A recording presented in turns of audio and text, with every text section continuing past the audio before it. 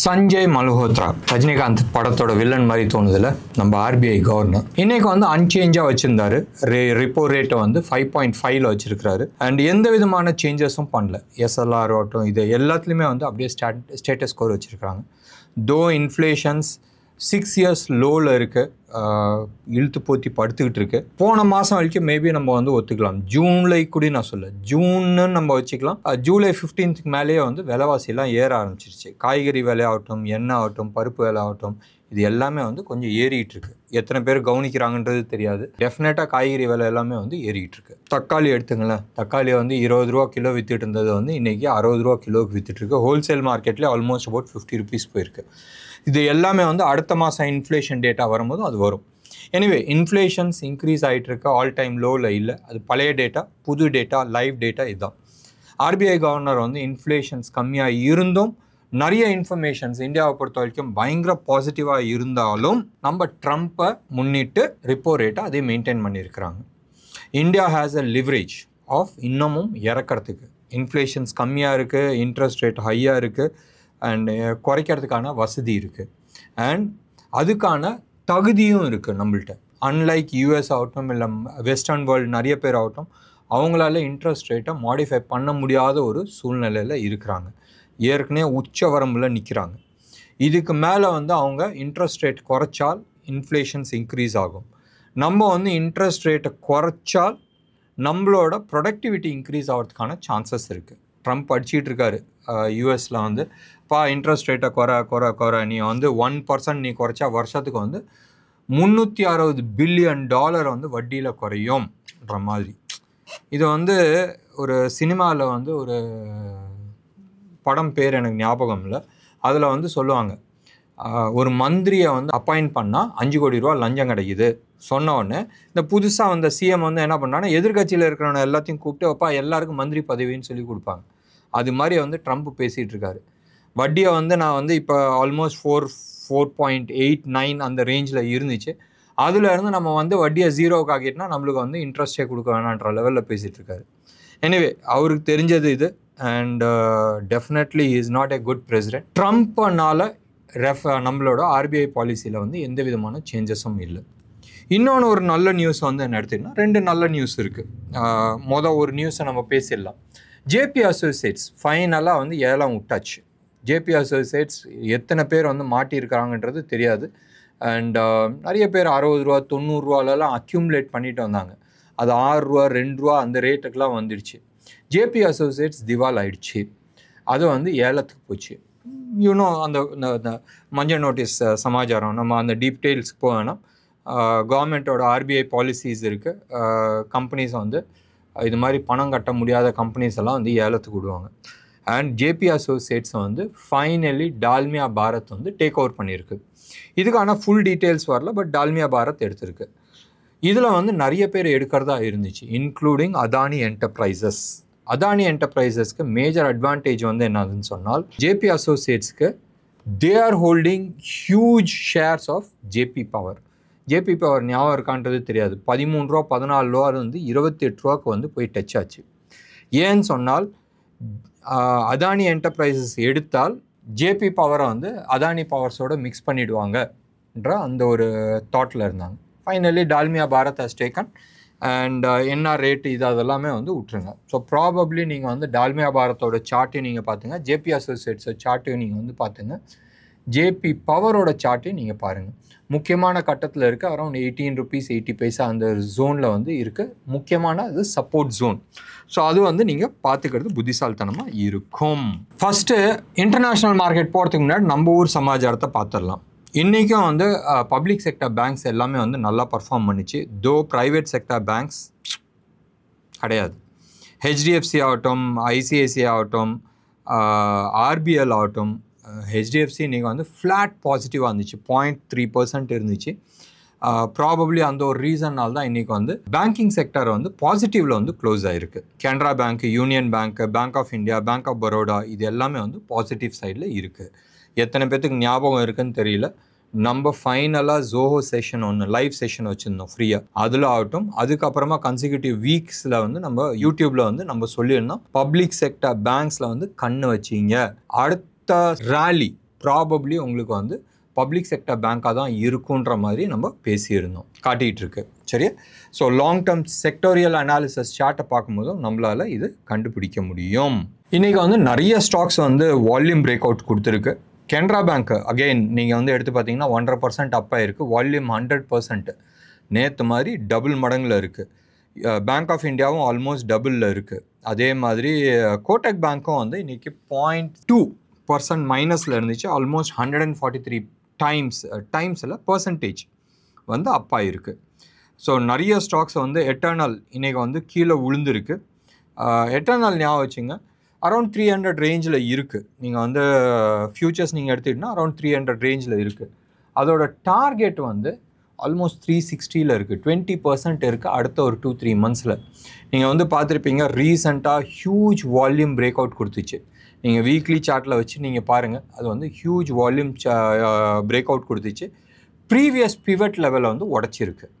So definitely அது வந்து retest பண்ணுறதுக்கான நிறைய வாய்ப்புகள் இருக்குது. ஸோ ப்ராபப்ளி அரவுண்ட் 285 அதை வந்து ஸ்டாப் லாஸாக வச்சு அரௌண்ட் 360க்கு வந்து நீங்கள் அது டார்கெட் போடுறது தான் போட்டுங்க. மறுபடியும் நான் வந்து சிபி ரிஜிஸ்டர்ட் அட்வைசர் கிடையாது. நான் ஸ்டாக் ஐடென்டிஃபை பண்ணி கொடுத்துருக்குறேன். நீங்கள் உங்களோட ஹோம்ஒர்க் போட்டுட்டு அதுக்கு தந்தாப்பில் என்ன பண்ணுமோ நீங்கள் பண்ணிக்கலாம்.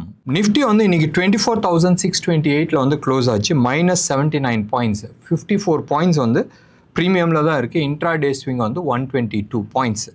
பேங்க் நிஃப்டியை பொறுத்த வரைக்கும் வெறும் 30 பாயிண்ட்ஸில் வந்து க்ளோஸ் ஆகிருக்கு. க்ளோஸ் ஆன லெவல் வந்து 55,570 அண்ட் 159 பாயிண்ட்ஸ் வந்து ப்ரீமியமில் இருக்குது. இன்ட்ரா டே ஸ்விங் வந்து 342 பாயிண்ட்ஸ். ஆர்பிஐ பாலிசி ஆல்மோஸ்ட் ஊருக்கே தெரியும். ட்ரம்ப் அடிக்கிற கூத்துக்கு வந்து டெஃபினட்டாக இவங்க குறைக்க மாட்டாங்கன்றது தெரியும். அந்த ஒரு ரீசன்னால் வந்து பெரிய ஃப்ளக்சுவேஷன்ஸ் வந்து பேங்க் செக்டர்ஸில் வந்து நடக்கலை. எஸ், நியூஸ் முடிஞ்சோடனே, அதாவது அந்த இன்ஃபர்மேஷன் முடிஞ்சோடனே பெருசாக கீழே நிஃப்டி வந்துச்சு. அதுக்கப்புறம் மறுபடியும் ஆஸ் யூஷுவல் மேலே போயிடுச்சு. நீங்கள் வந்து எடுத்து பார்த்தீங்கன்னா லாஸ்ட் ஒரு 10 டேஸாக அந்த கோடு போட்டு, அதாவது 24,600 அந்த லெவலில் உடைக்கிறதுக்கு வந்து ரொம்ப தடுமாறுது நிஃப்டியை பொறுத்த வரைக்கும். நான் சொல்கிறது வந்து ஃப்யூச்சர்ஸ். நீங்கள் வந்து ப்ராபப்ளி நான் வந்து நடக்குன்றதை நான் சொல்ல, மறுபடியும் நான் சிபி ரிஜிஸ்டர்ட் அட்வைசர் கிடையாது. நீங்கள் வந்து சார்ட் பேட்டர்ன்ஸு, டெக்னிக்கல் அனாலிசிஸ் பண்ண தெரிஞ்சிச்சுன்னா நீங்கள் பாருங்கள். 24,400 மோஸ்ட் லைக்லி 12ஆம் தேதிக்குள்ளே டச் ஆகிறதுக்கான பாசிபிலிட்டிஸ் இருக்குது. இதுக்கு அர்த்தம் வந்து நாளைக்கு வந்து மேலே தூக்காதுன்றதை நான் சொல்ல, சான்சஸ் நிறையா இருக்குது. ஏன்னு சொன்னால் ஹியூஜ் செல் பொசிஷன்ஸில் இருக்கிறாங்க. ஃபியூச்சர்ஸ்லாம் வந்து நீங்கள் வந்து எடுத்து பார்த்தீங்கன்னா 24,600 வந்து ஹியூஜ் புட்டு இருக்குது. ஆல்மோஸ்ட் வந்து 90 lakh புட்ஸ் வந்து இருக்குது. ஆனால் 24,600 1,28 lakh கால்ஸ் வந்து ரைட் ஆகிருக்கு. அதே மாதிரி 25,000 ஆகட்டும், 24,700 ஆகட்டும், அங்கேயும் வந்து 1.5 கோடி கால் வந்து ரைட் ஆகிருக்கு. இவங்களெல்லாம் ட்ராப் பண்ணுறதுக்கு மேபி நாளைக்கு வந்து தூக்கலாம். ஒன்று. ரெண்டாவது வந்து ஊருக்கே தெரிஞ்சிருச்சு தட் ட்ரம்ப் வந்து வெட்டு அவரால் வந்து எதுவும் பண்ண முடியாதுன்ற லெவல் ஆயிடுச்சு. இந்தியன் கவர்மெண்ட்டோட mentality is very clear. And இது வந்து எவ்வளோக்கு எவ்வளோ அவங்க சீக்கிரமாக ஏற்றுக்கிறாங்கன்றது பார்க்கணும். ட்ரம்ப் வந்து நம்மளோட விவசாய பொருட்கள் லைக் கோதுமை, சோயா, கார்னு இதெல்லாமே வந்து இம்போர்ட் பண்ணணும், அதாவது அலோவ் பண்ணணுன்றதை எதிர்பார்க்குறாங்க. சத்தியமாக அதெல்லாம் நடக்காது. அது எந்த கட்சியாக இருந்தாலும் அது வந்து ஒத்துக்க மாட்டாங்க. நீ 100% என்ன 1000% டேக்ஸ் போட்டாலும் பெப்பேன்னு சொல்லிட்டு போயிட்டே இருப்பாங்க. ஏன்னு சொன்னால் இது வந்து பெரிய அரசியல் நம்ம ஊரில். ஒன்று. ரெண்டாவது வந்து டெய்ரி ப்ராடக்ட்ஸ், இதுக்கும் வந்து ஒத்துக்க மாட்டாங்க. ஸோ இந்த 2 விஷயத்தை தவிர ப்ராபப்ளி மற்ற விஷயத்துக்கெலாம் வேணால் ஒத்துக்கலாம் இல்லையா. பட் பேசிக்லி நீ வந்து என்ன தான் டேரிஃப் போட்டாலும் அடுத்தது வந்து ஃபார்மா செக்டரில் டேரிஃப் போடுறதா சொல்லிகிட்டு இருக்காங்க. எது போட்டாலும் வந்து இந்தியா அக்செப்ட் பண்ணுறதுக்கு சான்சஸ் கிடையாது. ஒன்று. பாயிண்ட் 1. பாயிண்ட் 2, இந்தியா வந்து திருப்பி அடிச்சிட்டா, நீ மட்டும் யோகியமா, நீ வந்து ரஷ்யாவிலேருந்து வாங்கலையான்ற மாதிரி இந்தியாவும் வந்து திருப்பி கேட்டிருக்கு. எஸ், யூரோப் வந்து 2022 இருந்த லெவலில் இருந்து போன குவார்ட்டர் வரைக்கும் நீங்கள் எடுத்துக்கிட்டிங்கன்னா 86% அவங்களோட இம்போர்ட்டை குறைச்சிட்டாங்க. இன்னமும் 16% இம்போர்ட் பண்ணிகிட்ருக்காங்க. இம்போர்ட் பண்ணலன்னுலாம் சொல்லு. அவனுக்கு என்ன தேவையோ இருக்கோ அதை வந்து இம்போர்ட் பண்ணிக்கிறாங்க. நம்மளுக்கு என்ன தேவையோ இருக்கோ நம்ம வந்து இம்போர்ட் பண்ணிக்கிறோம். ஸோ உலகத்தில் வந்து எது சீப்பாக கிடைக்குதோ அங்கே தான் போய் நான் வாங்குவேன்றது இந்தியன் கவர்மெண்ட்டோட ஸ்டாண்டு. ஒன்று. ரெண்டாவது வந்து Russia is a long term friend.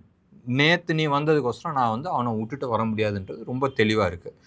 And இதில் என்ன பெரிய அதிசயம்னு சொன்னால், அதிசயம் வேணால் கான்ஃபிடென்ஸ் லெவல்னு சொன்னால், இந்தியாவோட செக்யூரிட்டி அட்வைசர் அஜித் தோவல் வந்து ரஷ்யாவுக்கு போயிருக்கிறாரு. நம்மளோட எக்ஸ்டர்னல் அஃபேர்ஸ் மினிஸ்டரும் போயிருக்கிறதாக ஒரு பரவலான செய்தி இருக்குது. அப்போ அமெரிக்காவுக்கு என்ன செய்தி அனுப்புகிறாங்க? பாயிண்ட் 2, நம்ம பிரதமர் இந்த மாதம் கடைசி ஆகஸ்ட் 31 வந்து சைனாவுக்கு போகிறாரு. சைனாவுக்கு போகிறது வந்து இட் இஸ் ப்ரீஃபிக்ஸ்டு, ரைட்? இப்போ வந்து அடுத்த கேள்வி வருது, ட்ரம்ப் வந்து குவாட் சமிட்டுக்கு இந்தியாவுக்கு வருவாரா? ஞாபகம் இருக்கான்றது தெரியாது. போன தடவை அவர் பிரசிடெண்ட்டாக இருக்கும் போதும் ஜெர்மனில் வந்து G7 மாநாடு போயிருந்தப்ப ஜெர்மன் சான்சலரை படு கேவலமாக அசிங்கமாக வந்து பேசினார். எல்லாருக்குமே வந்து மூஞ்சி சுளிக்கிற மாதிரி இருந்துச்சு. ப்ராபப்ளி அதே மாதிரி இந்தியாவில் வந்து ட்ராமா பண்ணுறதுக்கான சான்சஸ் இருக்கான்றது பார்த்துக்கலாம். நேரம் சரியில்லாட்டினா எப்பயுமே வந்து சொல்லுவாங்க, ஹிந்தியில் வந்து ஒன்று சொல்லுவாங்க, நாய்க்கு வந்து நேரம் சரியில்லைன்னு சொன்னால் அது சுடுகாடை பார்த்து ஓடுமா. எனிவே, நம்ம அந்த டெப்த்துக்கு நம்ம போக வேணாம், வெயிட் பண்ணி பார்க்கலாம். 7th இன்னைக்கு அவர் வந்து சொல்கிறேன்னு சொல்லியிருக்கிறாரு. இன்னைக்கு நைட்டு அதிரடியாக சில முடிவுகள் சொல்கிறதா சொல்லியிருக்கிறாங்க. ஏற்கனவே பிரேசில் மேலே வந்து 50% டேரிஃப் போட்டிருக்காரு. வெயிட் பண்ணி பார்க்கலாம் இந்தியாவோட அடுத்த நடவடிக்கை என்ன இருக்கும், ட்ரம்ப் வந்து என்ன பண்ண போகிறாருன்றது நம்ம பார்க்கணும். இன்றைக்கி ஸ்டாக் ஸ்பெசிஃபிக்காக இல்லை செக்டர் ஸ்பெசிஃபிக்காக பேசுகிறதுக்கு எதுவுமே இல்லை. எது பேசினாலும் தப்பாக நடக்கிறதுக்கான சான்சஸ் நிறையா இருக்குது. யூஎஸ் ஃபியூச்சர்ஸ் மார்க்கெட் நேற்று வந்து யூஎஸ் மார்க்கெட் வந்து ஃப்ளாட் நெகட்டிவாக இருந்துச்சு. இன்றைக்கி வந்து ஸ்லைட் பாசிட்டிவாக இருக்குது. 170 பாயிண்ட்ஸ் ப்ளஸில் வந்து ட்ரேட் ஆகிட்டுருக்கு. நீங்கள் வந்து டாலர் இண்டெக்ஸ் நீங்கள் எடுத்துக்கிட்டிங்கன்னா அதே லெவலில் தான் இருக்குது. 98.2 இருக்குது. நேற்று 98.5 இருந்துச்சு. ஸோ ப்ராபப்ளி அவங்க dollar index is becoming weaker. அது வீக் ஆச்சுன்னா என்ன ஆகும், க்ரூடு வீடுலாம் கொஞ்சம் ஏறும். க்ரூடெலாம் வந்து இன்றைக்கி 1.7% ஏறி இருக்குது.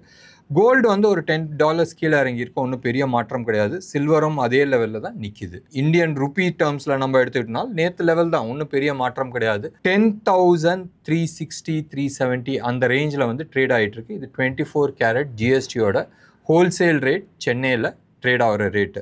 சில்வரை பொறுத்த வரைக்கும் 1,17,000 வந்து ட்ரேட் ஆகிட்டுருக்கு. இது 999 குவாலிட்டி, சென்னையில் ஜிஎஸ்டியோட விற்கிற ரேட்டு.